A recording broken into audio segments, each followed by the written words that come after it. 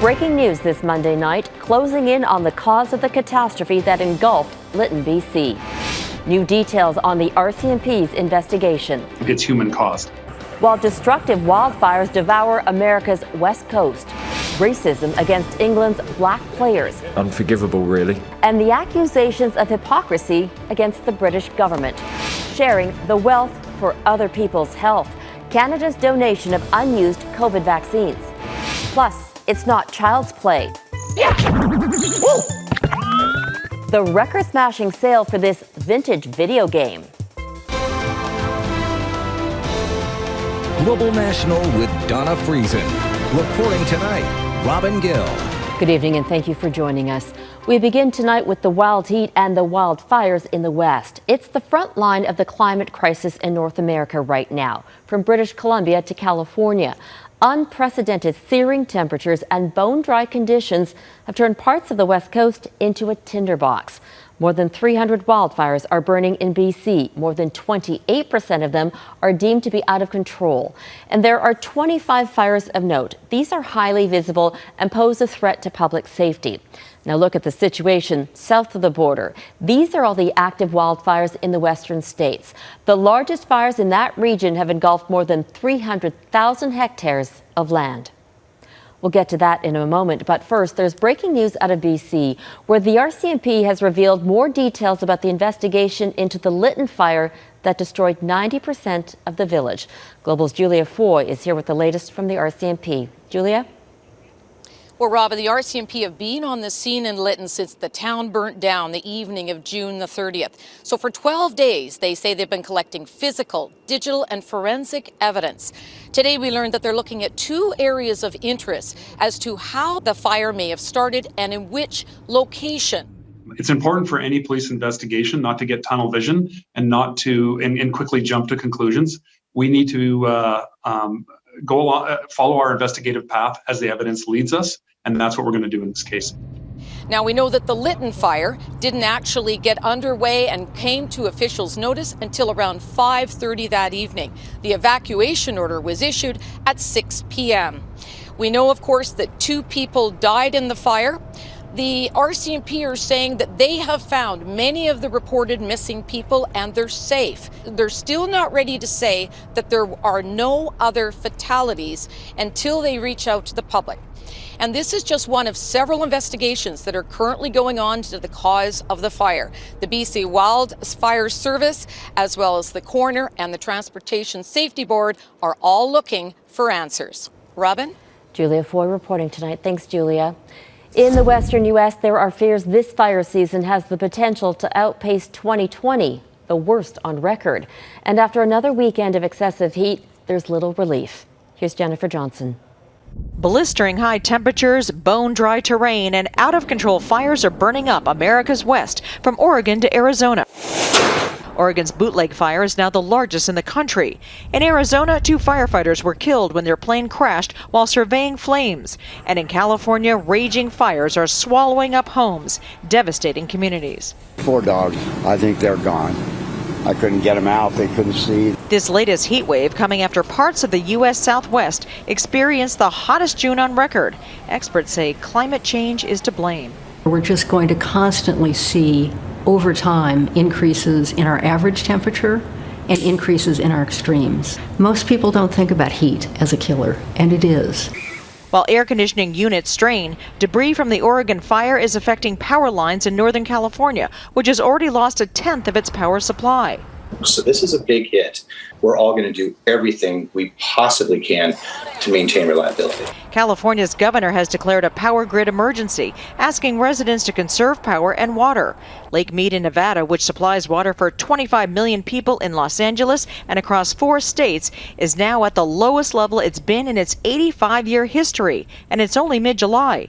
Smoke billowing east from the fires is so intense, even people in Utah, 2 states over, are feeling the effects. And so you've got the ozone burning the lines, and you have all this debris, the particulates, the ash and the smoke. Tourists are back in Las Vegas, but doctors are warning against excessive drinking in this excessive heat. They need fluid resuscitation very quickly because the alcohol has dehydrated them so much. Death Valley, California is one of the hottest places on Earth. I think the best way to describe it is that moment when you open the oven and that gust of heat hits you in the face. This is the second heat wave the West has seen in a little over 2 weeks, once again baking and igniting a region already suffering from extreme drought. Jennifer Johnson, Global News, Washington. In British Columbia, multiple people are dead and one person is unaccounted for after a crane collapsed in downtown Kelowna. It happened late this morning at a construction site.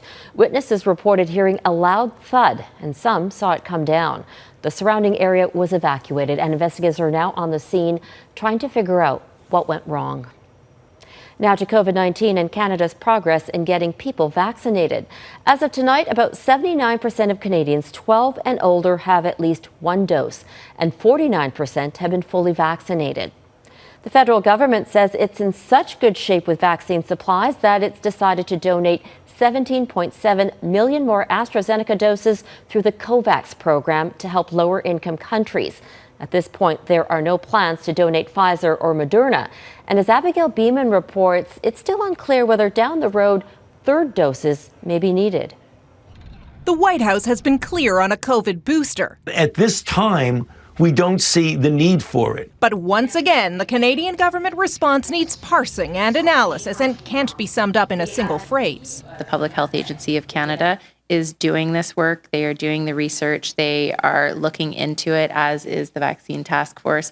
Health Canada tells Global News Pfizer hasn't yet submitted a request to approve a booster here, but notes in general one may be required and it's monitoring the need closely. Pfizer tells us it's too early to comment on potential Canadian submissions, but we know it will be applying in the U.S. As for the Vaccine Task Force, there hasn't been any official position from the task force or NACI. This task force member suspects they'll say there's not yet clear evidence a third dose is necessary. But Dr. Andre Veillette thinks some groups could be greenlit before data is in, those who are immunocompromised or people in long-term care, as Israel and France have done. Do we need to wait until they start having infections? There's an ethical dilemma, too. The World Health Organization is slamming countries prioritizing third doses over poorer nations without a first. It doesn't even make any sense. If we're worried about variants, which is what we should be worried about, the variants are increasingly going to come from those countries where there's large pools of virus. That is where people have not been vaccinated. Canada is trying to strike a balance, assuring there's enough supply at home if a booster is necessary and announcing more global support. Another 17.7 million doses of AstraZeneca through COVAX and a matching program through UNICEF up to $10 million. First time in 60 years, more children under the age of 5 died from preventable causes. Another booster complication is the next chapter in the mix and match vaccine debate. The yet-to-be-approved Novavax and Sanofi vaccines are protein-based. If approved, that becomes the third vaccine technology in the mix, after all Canadians will have had access to the other two for their first and second doses. Abigail Beeman, Global News, Ottawa. The UK is moving ahead with the final stage of easing Britain's lockdown despite a spike in infections. Starting next Monday, nearly all remaining restrictions in England will be lifted. The government says there will never be a perfect time to take the step, but believes now is the best time to do it. The Prime Minister is still urging people to continue taking precautions. It is absolutely vital that we proceed now with caution. And I cannot say this powerfully or emphatically enough. This pandemic is not over. Among the changes coming to the UK next Monday, all restrictions on social gatherings will be removed and nightclubs can reopen for the first time since March 2020. British police are investigating disturbing allegations of racism following Sunday's European Championship final at Wembley Stadium. Italy beat England in a tense penalty shootout, and now the 3 young English players who missed are being targeted with racist abuse. Redmond Shannon reports. After England's defeat, head coach Gareth Southgate would have expected to be fielding questions about the penalty shootout.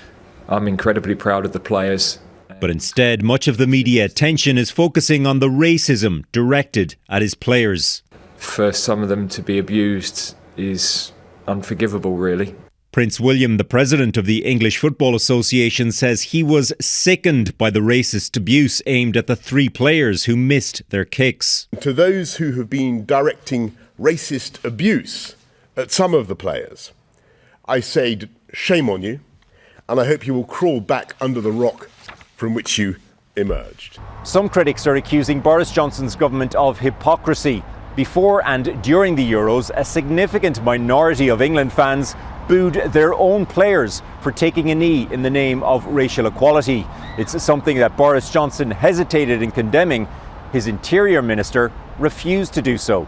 You saw the government engaging what can only be called a culture war, taking a culture war position against the taking of the knee. And I think people remember that. That also gives them some kind of freedom to be abusive when it comes to black players in particular. Former players say this abuse was predictable. It starts at the very top. And so for me, I wasn't surprised in the slightest that I woke up this morning to those headlines. I expected it the minute that the 3 players that missed. Online abuse has dogged English soccer for years. The UK government is promising legislation to hold social media giants to account. Unfortunately, the social media platforms have had a long time to deal with this sort of problem, and they still are not doing what they need to do. A big game that began with such promise for England, ending in a police investigation and a reminder of why players are taking a knee in the first place. Redmond Shannon, Global News, London. Now to a major development in Haiti. Police say they've captured a man who they believe helped organize the assassination of the country's president. The suspect is a 63-year-old who's been living in Florida. Mike Armstrong has more on the arrest and the explosive allegations. They are discouraged. They have no hope. This is the man Haitian National Police say organized the killing of the president. His name, Christian Emmanuel Sano. The chief of the police force calls Sano one of the leaders behind the assassination. He says it was Sano who hired and brought mercenaries into Haiti, and that it was Sano that one of those mercenaries called immediately after the murder. The chief says Sano arrived in Haiti at the beginning of June on a private plane. The men he was with were supposed to be his personal security. Now, Sano has had political ambitions. This is a video posted 9 years ago as part of a campaign. I will bring hope to them. Why I will bring hope to them? Because I see their sufferings. A Twitter account linked to Sano and that campaign has been deleted. One of its last messages was recent, June 7th, a call for a transitional government saying the capital was in complete chaos. The assassination of President Jovenel Moïse is driving political tensions even higher. Just 2 days before he was killed, Moïse named a new prime minister. The man who was supposed to be replaced, Claude Joseph, is holding on to power. He's also being recognized as Haiti's leader by the international community. Over the weekend, representatives from the U.S. were in Haiti and met government officials and opposition leaders. The White House says it's still studying a request for Haiti for troops to protect infrastructure and stabilize the country. This is just the beginning of our conversations, and we will remain in close touch with law enforcement, with individuals in Haiti. To further complicate the crisis, about half of the capital is controlled by gangs. One of the most powerful gang leaders is calling on supporters to take to the streets and for other gangs to join in. At a time when people are desperate for aid organizations are having to shut down programs fearing violence. Mike Armstrong, Global News. As if COVID long haulers don't have enough to deal with. Coming up, how some are struggling to make ends meet.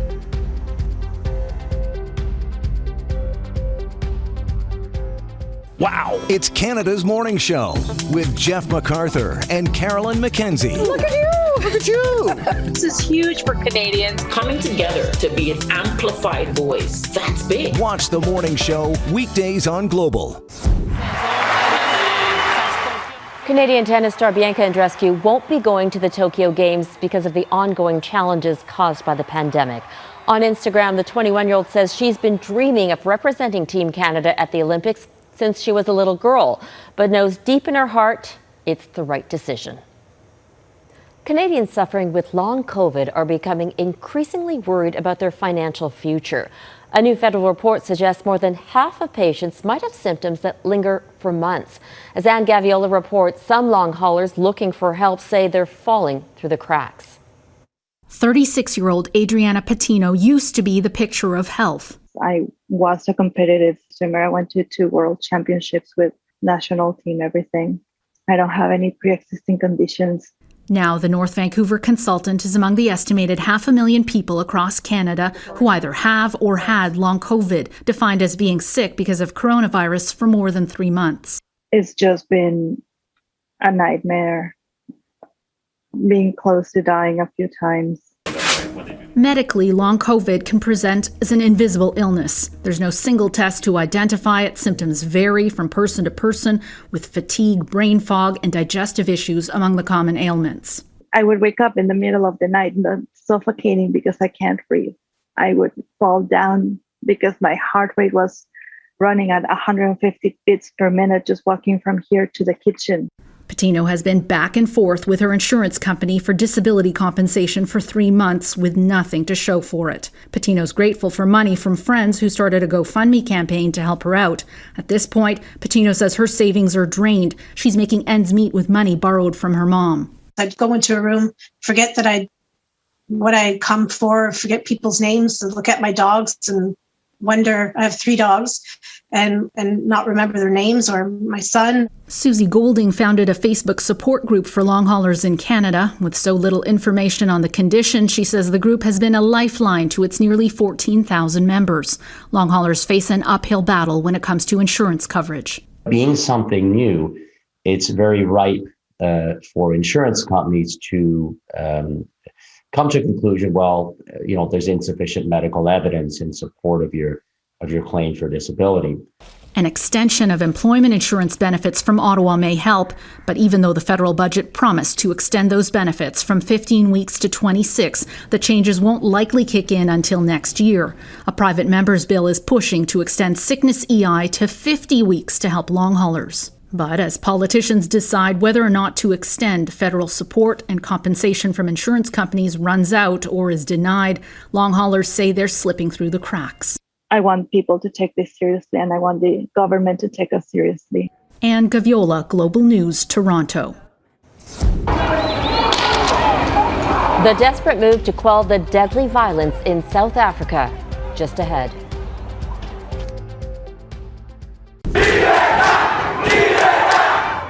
Cuba's president is blaming rare mass protests over the weekend on a well-funded social media campaign and tough American sanctions.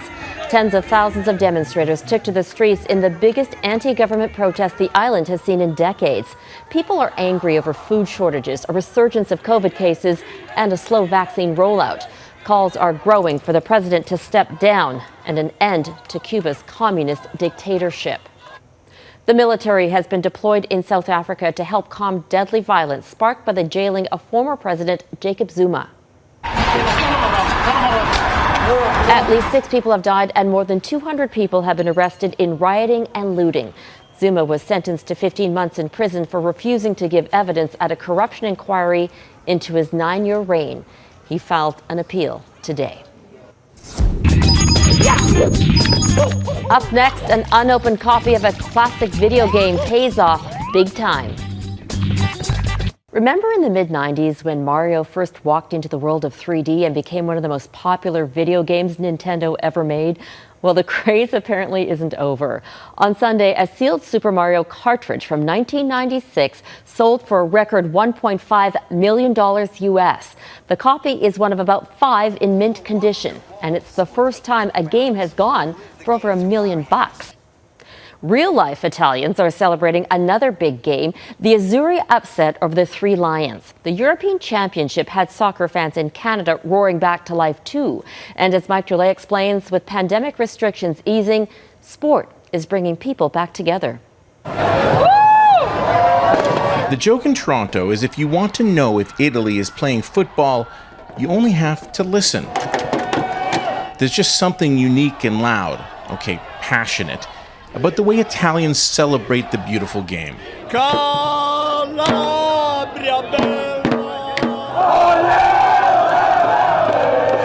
It's safe to say wherever the Azzurri faithful gathered, like here in Vancouver, or in Montreal's large Italian community, La Dolce Vita, or the good life, was in full swing. And it was refreshing. Because for most of the past 16 months, the pandemic has suppressed that love of life. And Toronto's normally vibrant Little Italy wasn't immune to the financial pressures brought on by COVID. So it was pretty devastating for us, and we really feared for our future because, like many, we didn't really know what was going to happen, and we sort of took it day by day. But as each day progressed, it got worse and worse. For 53 years, Cafe Diplomatico has been one of the anchors of the neighborhood. In any other year, the Euro Cup is easy business. Open the doors and turn on the TV. But with capacity limits, co-owner Rocco Mastrangelo Jr. had to get used to saying no. Oh, we're fully booked for today's game, sorry. That changed as they got closer to the final. COVID rules were relaxed, and Little Italy roared back to life. Yeah, it's great. It's a great feeling. You know, I feel alive. Like I was down and out for months, having, nobody here. And then seemingly overnight, everyone was. It was a party that was desperately needed.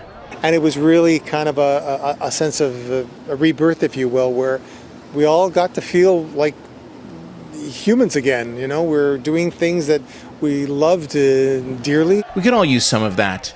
La Dolce Vita. Mike Drolite, Global News, Toronto. And that is Global National for this Monday night. I'm Robin Gill.